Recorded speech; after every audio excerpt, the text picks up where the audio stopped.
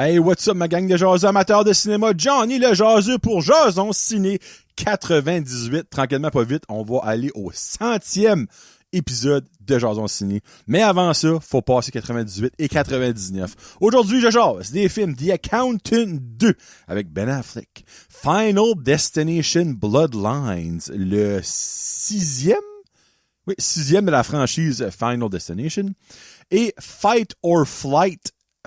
Dis ça 3 fois vite fait. Fight or Flight, Fight or Flight, Fight or Flight.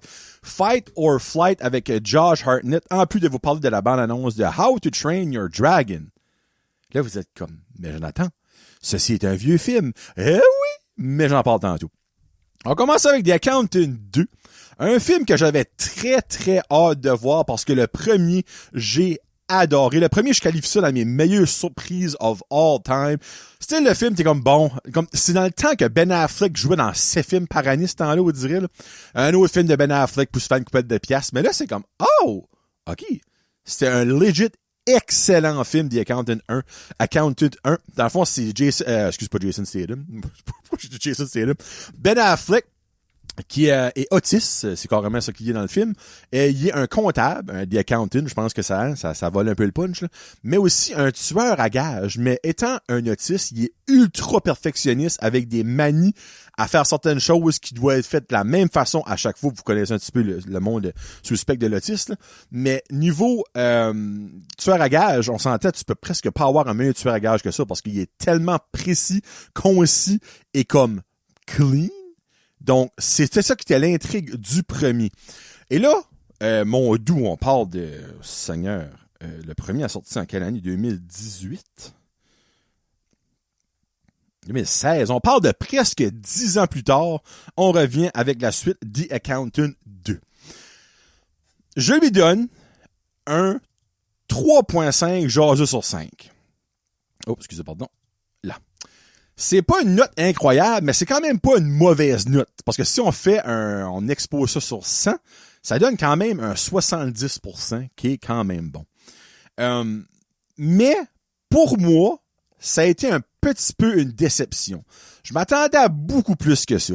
J'ai quand même aimé ça, là, clairement 3.5, j'ai quand même aimé une bonne partie du film.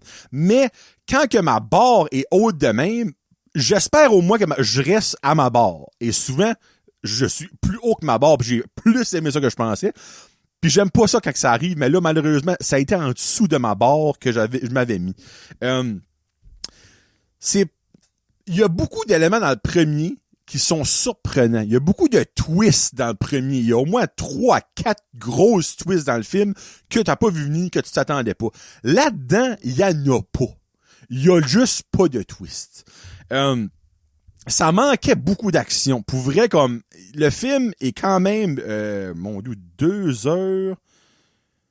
2h13. On parle d'un film au-dessus de 2 heures. Le premier était au-dessus de 2 heures, si ma mémoire est bonne. 2h08. Mais le premier, on dirait, à delivery avec l'intrigue, les twists et l'action. Mais là-dedans, t'enlèves les twists, donc t'enlèves quand même des gros moments du film, et t'enlèves pas mal de scènes d'action. Il y a beaucoup de parlage, beaucoup de où ce qu'on est rendu, beaucoup de cas qui va s'en venir, beaucoup d'on fait ça, jusqu'à ce qu'ils finalement ils le font.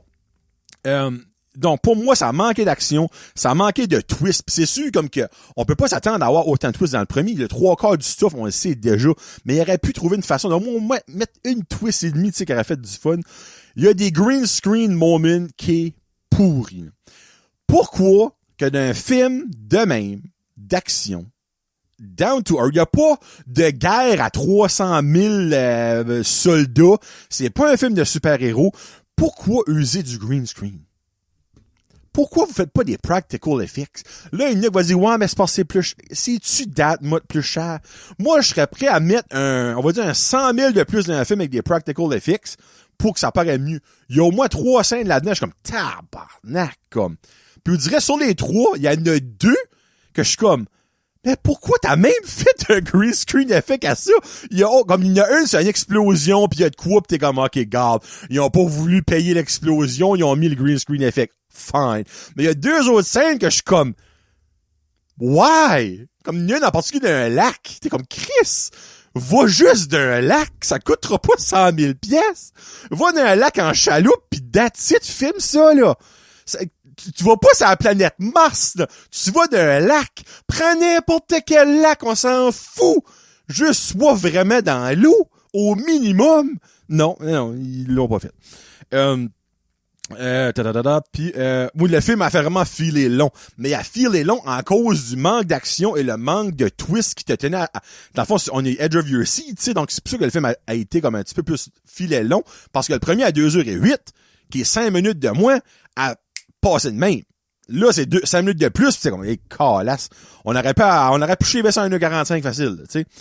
Mais du côté positif, j'ai vraiment aimé la chemistry entre John Bernthal puis Ben Affleck, dans le fond, les deux frères. On voit John Bernthal dans le premier, et c'est une des twists du premier. Là-dedans, en plus, on sait que c'est son frère. J'ai vraiment aimé leur chimie dans le film, ça, j'ai aimé ça. Il y a une nerd tech crew. On voit, dans le fond, la chef. On la voit dessus dans le premier? Je pense qu'on l'entend quelque chose. C'est la femme qui parle avec Ben Affleck souvent pour lui dire quoi faire, lui dire où aller, lui dire, dans le fond, les prochaines, en guillemets, missions.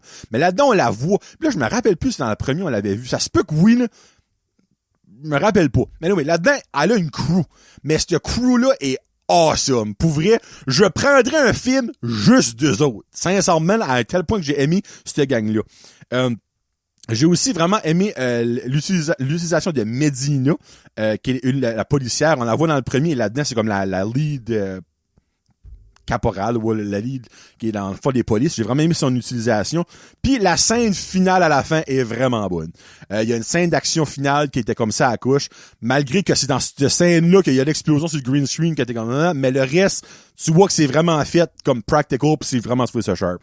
Overall, le film apporte rien de nouveau à la franchise, autre que la nerd crew tech. So, je me dis, c'était-tu nécessaire, ce film-là? Down the line, je serais quasiment prêt à dire non. Unless que le whole affaire avec ça, c'est qu'ils veulent faire un sequel avec la gang de nerds. Si c'est le cas, fallait les setter up, et c'est ça que ça a pris. Mais si c'est pas le cas, ce film-là t'es pas utile pour moi, malheureusement. Mais j'ai quand même aimé ça. Mais moi, tu m'aurais dit, avant de voir le film, tu pensais en bas de 4. Oh, doute extrêmement fort. 3.5. Donc, malheureusement, c'est un peu une déception, mais c'est quand même une fois un bon film, une bonne note. Mais moi, on dirait quand je vois une partie 2, j'expecte qu'il y a une bonne continuité, que ça apporte quelque chose. Là, autre qu'il passe du temps avec son frère, c'est pas mal que ça. Là. Il y a une micro-continuité au début avec le police qui était, J.K. Simmons, qui était le police en chef dans le premier. Et dans le deuxième, la suite, c'est-tu nécessaire? On dirait ça tourne autour, dans le fond, d'une fille qui s'est fait déporter pis tout ça, elle a fait un accident, pis ça fait, dans le fond, tout changer la face pis tout ça, puis comme elle est devenue une massive serial killer, faut qu'il la trouvons, tu sais, là. On dirait, je suis comme, ok, tu sais, cette fille-là, on l'a pas vu dans le premier, ça taille pas une avec moi dans le premier. Je sais pas, on dirait, c'est quand même un bon film. Mais, moi, faut qu'il y ait une continuité, et aussi le film méritait pas d'être 2h13 avec ce qu'il nous a donné. Mais je vous suggère quand même de le voir. Si vous avez écouté le premier, vous allez probablement aimer ça autant que moi. Si vous avez plus aimé ça que le premier, j'ai hâte d'avoir vos arguments. Mais overall, c'était un peu une déception pour moi parce que j'avais vraiment hâte de le voir et malheureusement, c'est un peu tombé flat, comme on dit. Mais bon, qu'est-ce que tu veux? C'est la vie. C'est la vie. C'est quand même une bonne note, je le répète.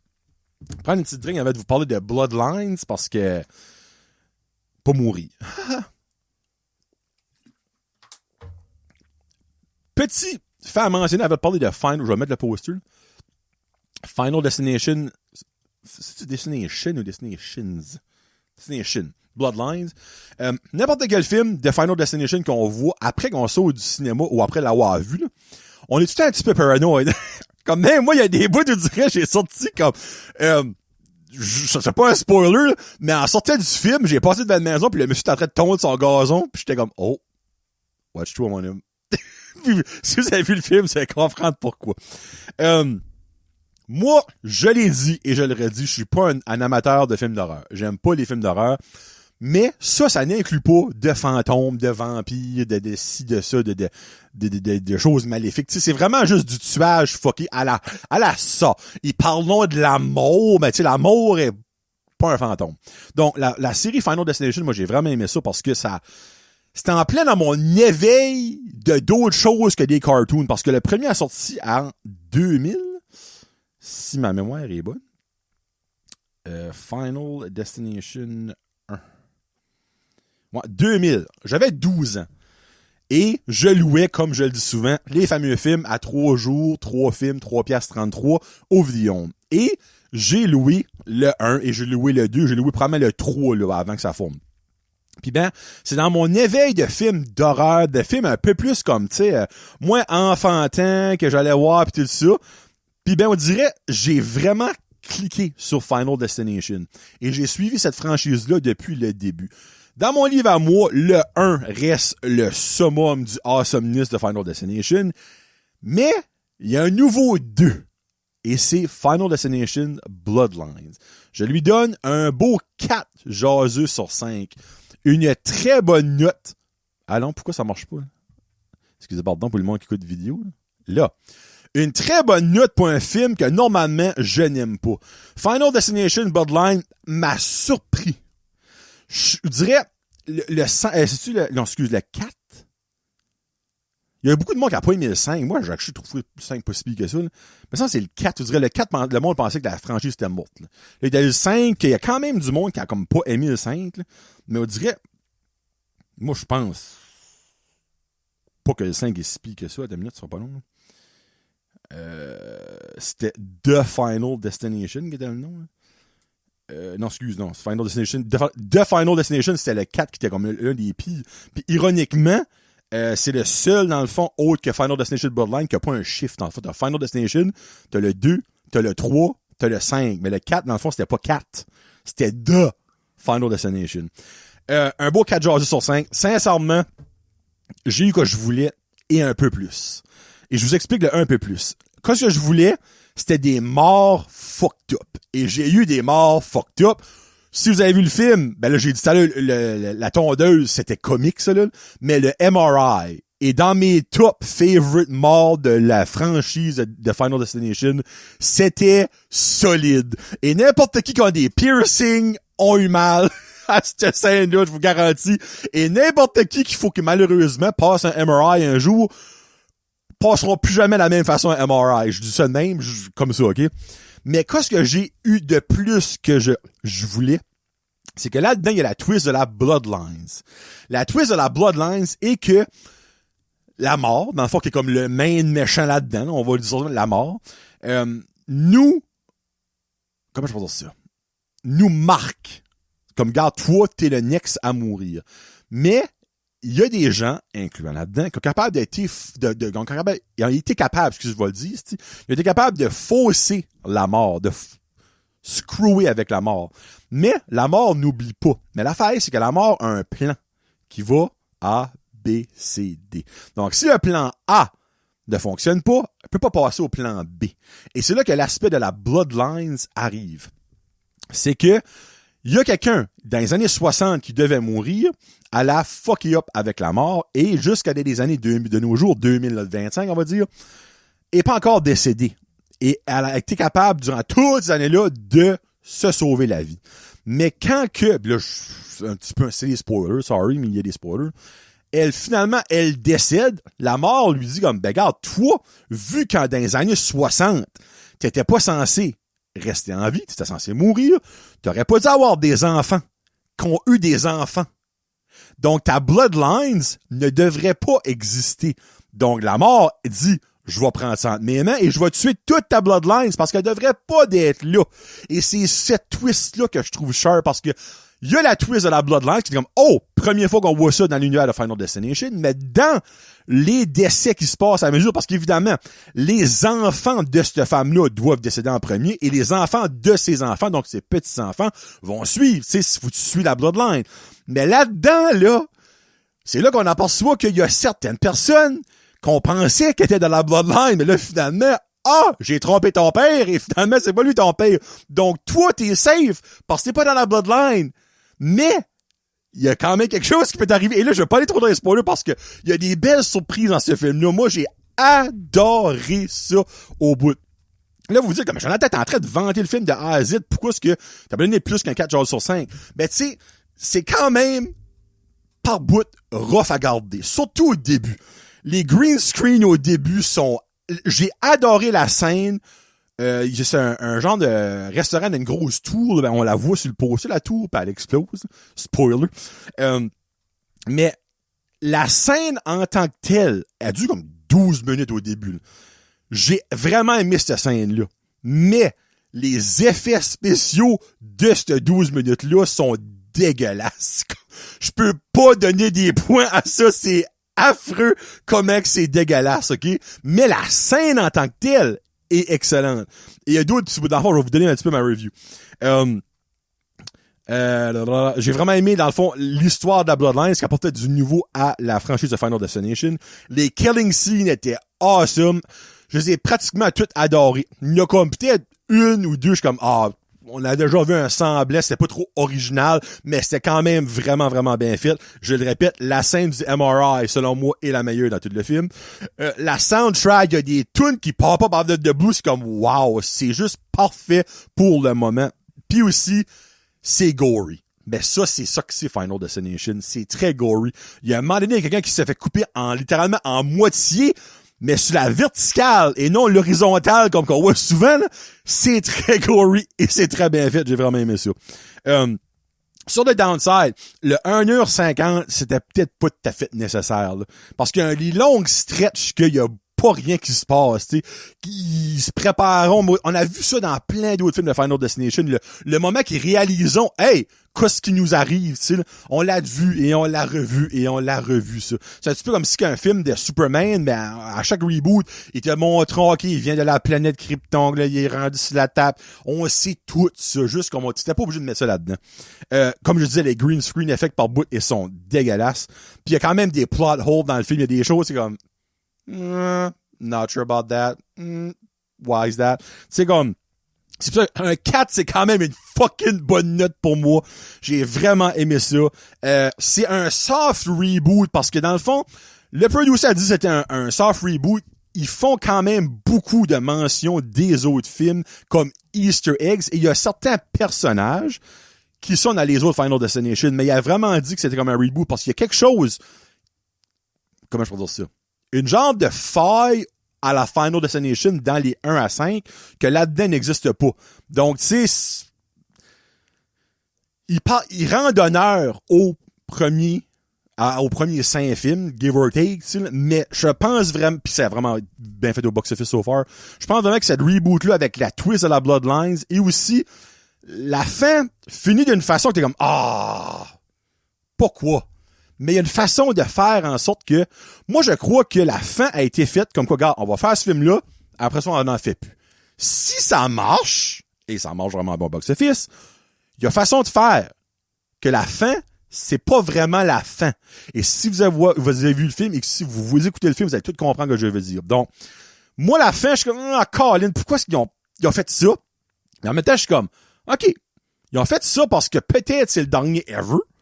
Mais s'il y a une continuité, avec cette fin-là, il y a une façon de faire d'autres choses. Tandis que si tu fais l'autre façon, que moi, j'aurais peut-être aimé, on dirait le monde comme, ben là, il va y avoir une suite, c'est sûr.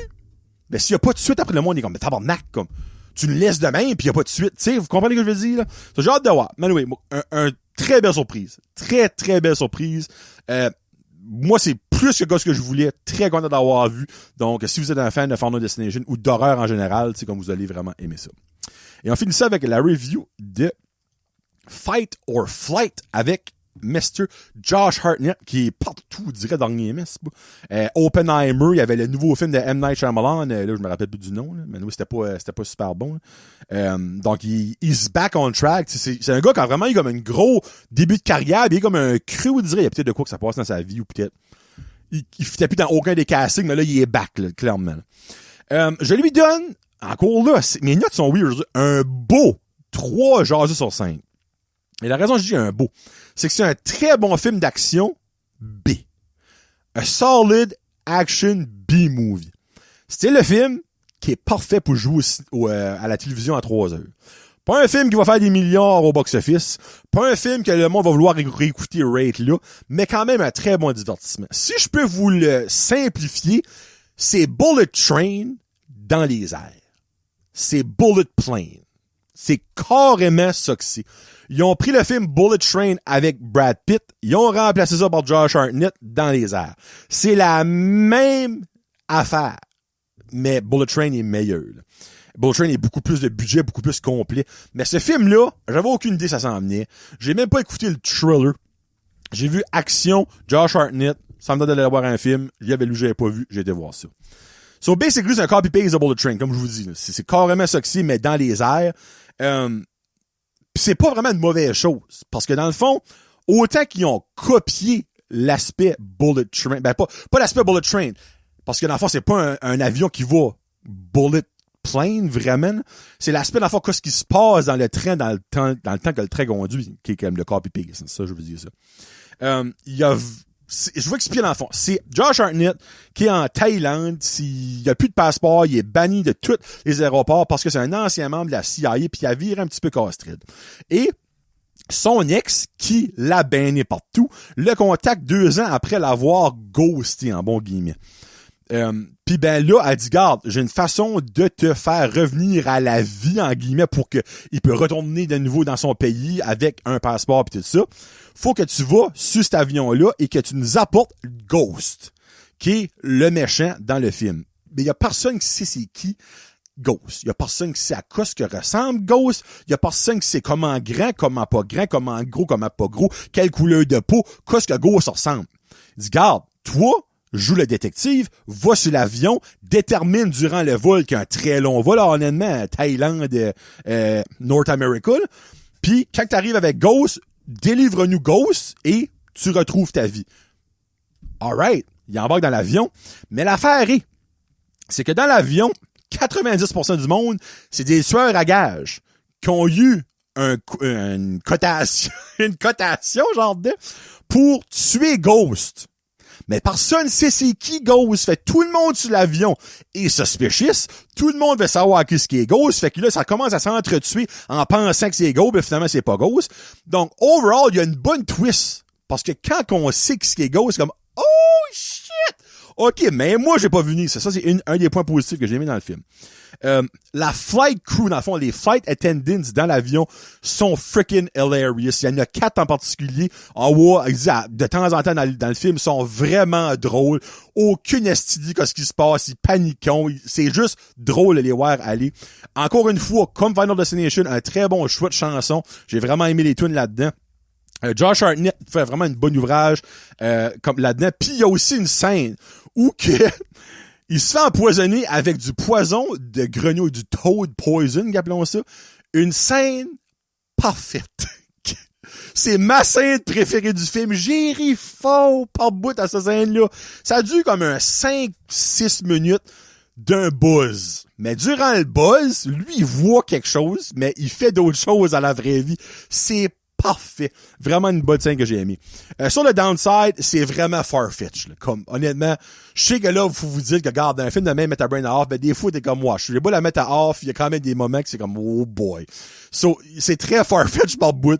Il y a beaucoup de plot holes, comme il y a des choses qui n'ont pas été complétées. Il y a des choses qui étaient comme, ça t'arrive? Pourquoi on est censé te connaître? Ben, je dirais, le personnage connaît déjà, puis ils nous l'introduisent pas, pis t'es comme, hein? Des choses comme ça, on dirait qu'il m'a un petit peu comme tanné. Il y a certaines scènes d'action qui sont vraiment bonnes, les d'autres sont ça dépend dans le fond vraiment avec qui se bat puis de la façon qu'il se bat. Puis il y a une Asian crew là-dedans, genre des gardes du corps en guillemets, c'est juste odd. Si vous voyez le film, vous allez comprendre comme moi, du début, ils ont arrivé, j'étais comme, hein? Ben, tout le long qu'ils étaient là, ils ont quand même eu des bons moments, mais tout le long qu'ils étaient là, j'étais comme, ça fait bizarre, on dirait, ce monde-là. Ça faisait comme vraiment weird, là. À la fin, il y a une porte grande ouverte pour une sequel. Il va-tu avoir une sequel? Je pense pas ce film-là a coûté des millions à des milliards, là. Mais il a aussi pas fait des milliards au box-office. Il y aurait façon de faire une sequel, dans le fond, cheapette, parce que ce serait plus sur terre, là, si je me fie à la porte grande ouverte. Mais regarde, s'il y a une sequel, je vais l'écouter, parce que j'ai quand même enjoyé ça pour quoi ce que c'était, tu sais. Mais honnêtement, pas sûr qu'il va y avoir une sequel, là. Comme, ils l'ont laissé ouvert, puis il y aurait façon de dire comme, ah non, c'était un qu'on a mis ça de même, puis si on voulait finir le film de même, ouais, non, t'as fini ça pour que le monde est comme, oh!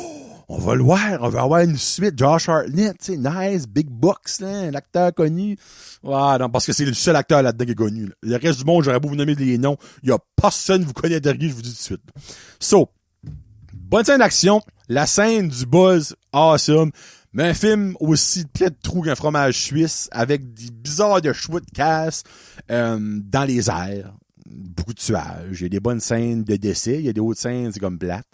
Mais bon, ça que c'est. Fight or Flight. Et on finit ça en parlant de la bande-annonce de How to Train Your Dragon.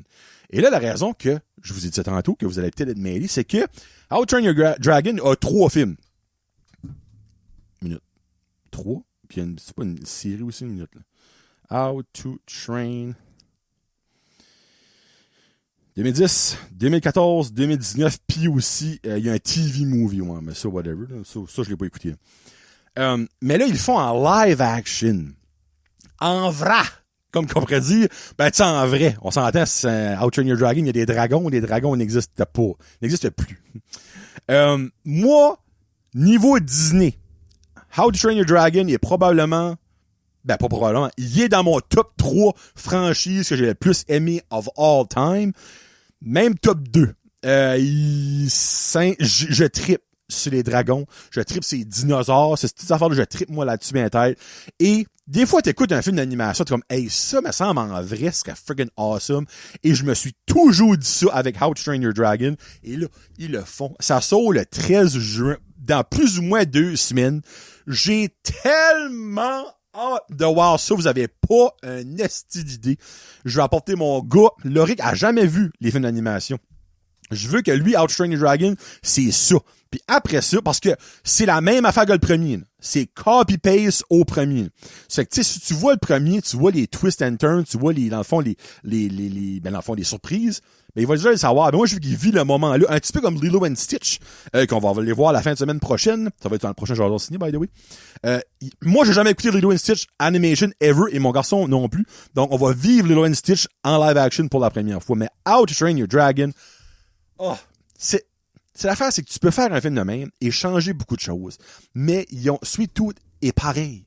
Pareil, mais en vrai. Comme, je dirais, tu peux le toucher, le pouvrir. Tous les dragons ont de la awesome.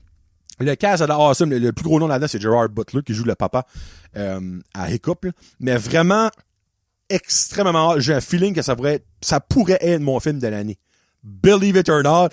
Ce film-là, la barre, je vous parlais de l'allure de la barre, là, hey, là, elle est haute. Comme, très haute.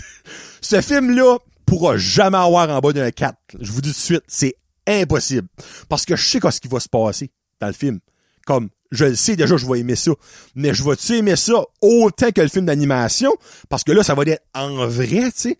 Ou que, il y a certains bouts qui ont changé un peu, que je vais être comme, j'ai plus de mes animations, c'est juste ça que j'ai hâte de voir. Mais le film start à 4, là. 4, je dirais, c'est comme, j'ai trouvé ça correct. 4.5, j'ai vraiment aimé ça. Et 5, je veux le voir back. T'sais. So, How to Train Your Dragon, le 13 juin, en salle. Allez voir ça avec vos enfants. Fait que ça que c'est pour Jason, Ciné 98. Comme que je vous ai dit tantôt, le 99 aura Lilo and Stitch en live action. Et aussi Fanny, qu'on va voir cet après-midi. Fanny, un film québécois, que j'entends des très belles choses, que les foules au cinéma Apollo sont excellentes. Je suis vraiment, vraiment content que les foules sont vraiment bonnes.